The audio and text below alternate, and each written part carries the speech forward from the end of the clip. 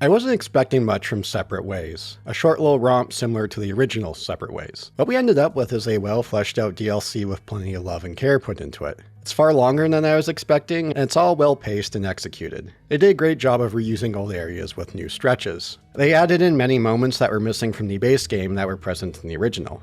Done so in a way that fits with what they designed. It puts the DLC for Village to shame, and feels more complete and content-rich than the remake of 3. It's a great endpoint to the remake of 4, and what I was hoping to be the end of the remake saga of Resident Evil. Of course, there seems to be no stop to the remake train, but that's another story. Let's talk about this one first. A raccoon. Guess this is fate. Some notes before beginning. Cheers to Capcom for providing me with a review key. There will be spoilers throughout for both Separate Ways and the base game. For my full thoughts on the gameplay, I cover that more in my video on the base game. Here I'm focusing more on the additional content. We start off with an amusing intro. Much more in the vein of the B-movie cheese feel of the original RE4. Louise dancing while imprisoned in the castle.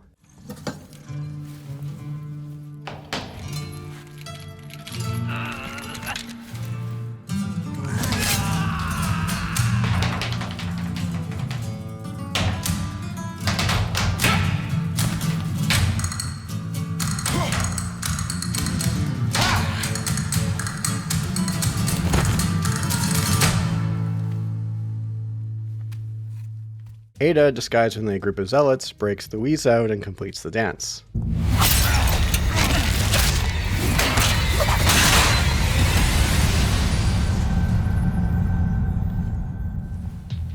That's no way to finish a dance.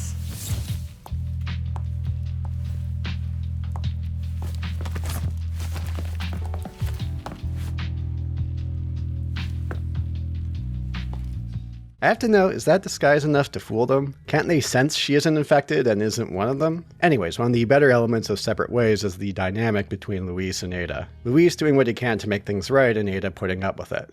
Of course, the issue with Ada is her writing and performance, something that carried over from the base game. You can stop right there, Leon.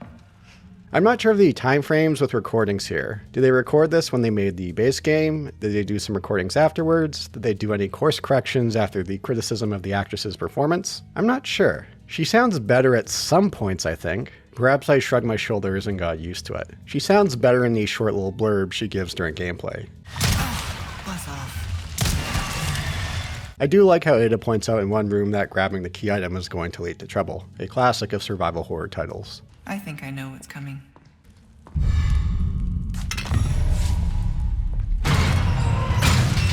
Thought so. Or the sigh she gives when jumping through a glass window.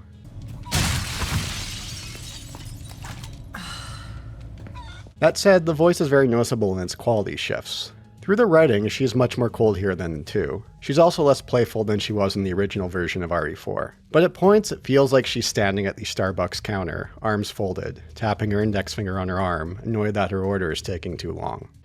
And stay gone. I went and rewatched some scenes with Ada in the remake of 2, and man, it's night and day in the performance. Why couldn't they stick with that actress? Oh, Leon. Why couldn't you just hand over the sample? Because I realized, as much as I wanted to trust you, I didn't. I really hoped it wouldn't end up like this. So that's all this was. I was just some pawn to you, Look, I'm just doing my job. and I'm doing mine, so drop that damn gun! I'm taking you in. Hand over the sample, Leon. I don't want to hurt you. It helps with the consistency, since Ada is the only returning character besides Leon who kept the same actor. I've heard various reasons. Previous actress became a union actress, they want to cast someone who is Asian for the role, a combination of the two, something else, who knows. Whatever the reason was, they made the wrong choice. Although to be fair, I found her writing a bit spotty. As I said earlier, she loses some of that playfulness she had in the original RE4. But moving on. Right after we free Louise, we're introduced to a major thorn in our side for a good chunk of the DLC. The Black Robe / Paisanta / U3, the missing factor from the base game. We'll encounter her a few times throughout, robed and unrobed in the final encounter. We'll fall under hallucinations with her around, which adds some roadblocks in our encounters, like trying to find the real one amongst a group of decoys.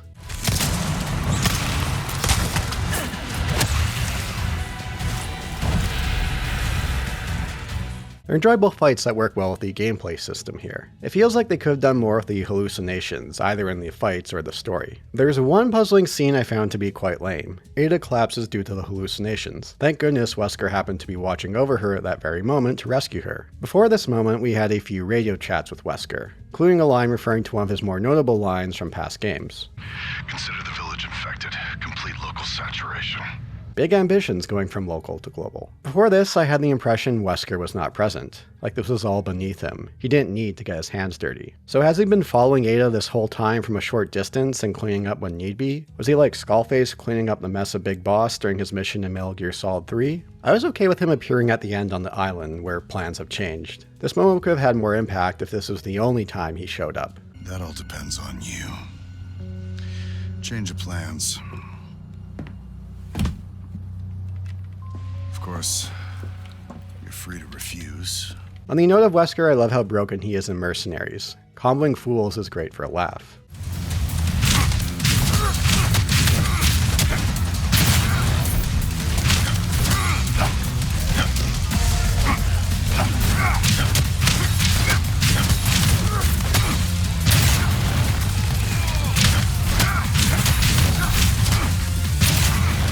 For this moment with Ada passing out, I'm not sure why they didn't do something like the original Separate Ways. After Mendez knocks her out, Ganado's having what seems to be a ritual in which she wakes up at the last moment. They also had an easy out with this scene. Do you know who she happened to collapse by? A well-stocked merchant. Why not have it when Ada wakes up, sees a pile of Ganado corpses, and it cuts to the merchant giving a chuckle or something? On that note, I wonder if Wesker made a stop at the merchant shop. He would have seen him. What would he have thought about him? Hey, stranger. So what are you buying? You've picked quite the place to set up shop, stranger. Anyways, back to you three. We have a 2-stage boss fight that's well done, although they didn't include the section with the dropping crates. One frustrating element that carried over from the base game is not letting us see the monster's transformation. Instead, it uses the pile of rubble to cover it up.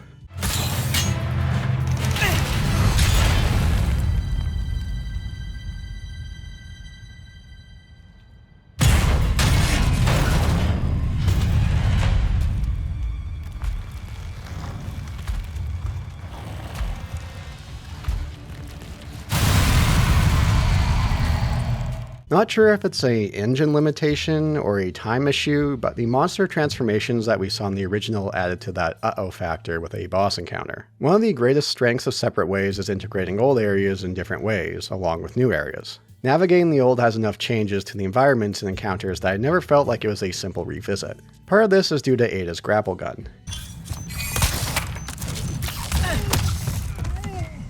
That said, it feels underutilized and something they could have got plenty more mileage out of. It felt like it was more something there for convenience sake to move from point A to point B instead of giving us more options in combat. For example, the El Gigante fight gives us the option of grappling around from roof to roof for a better shot.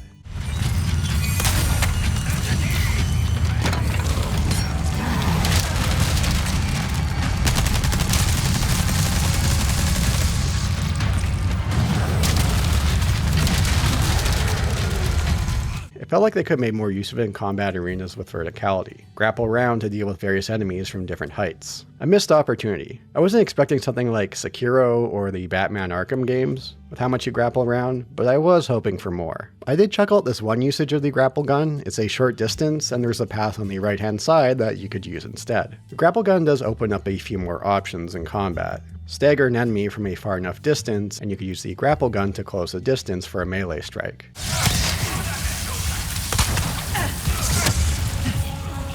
I didn't find huge usage with this. Enemies either closely distance in a fast manner, or I shooting them at range with a rifle. Still a nice addition. There's a charm that you can unlock that allows you to use the grapple gun to pull shields off enemies, which very much comes in handy.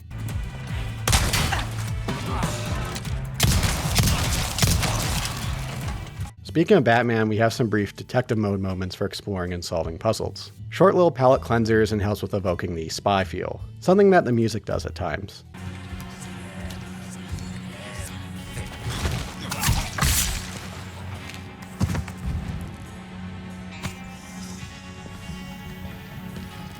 There were also several remakes of tracks from the original, a nice addition.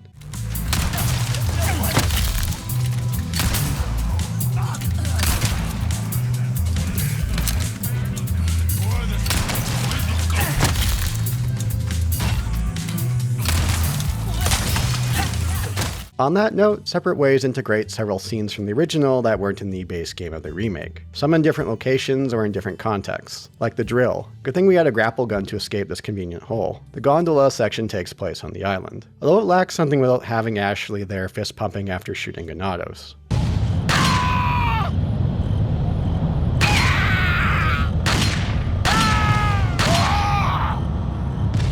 Speaking of Ashley, she has a very brief encounter with Ada. Too bad they didn't have time for a chat. Leon needs help! Hurry!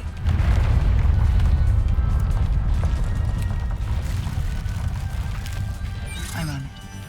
On that note, you can grapple up to the church roof and hear her crying.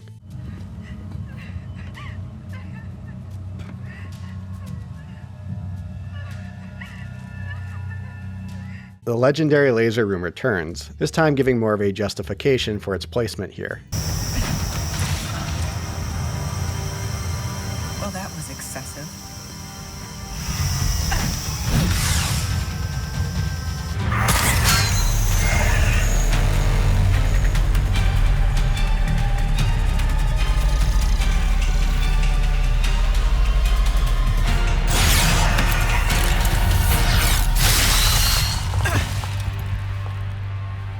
Always have an out.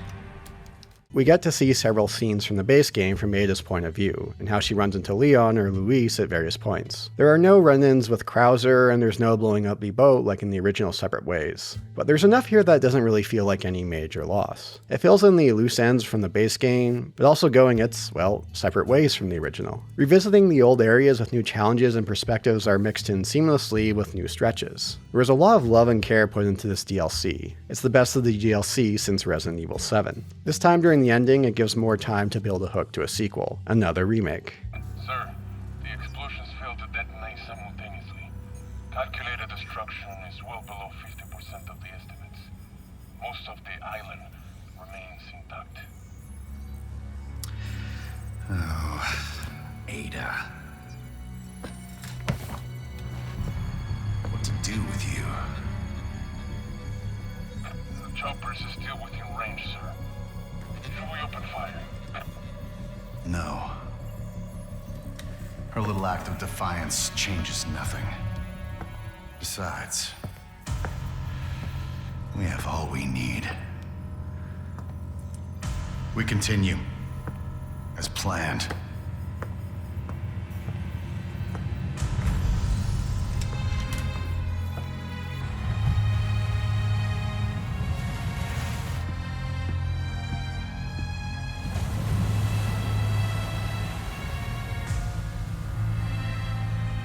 Soon, the sun will set on the age of man.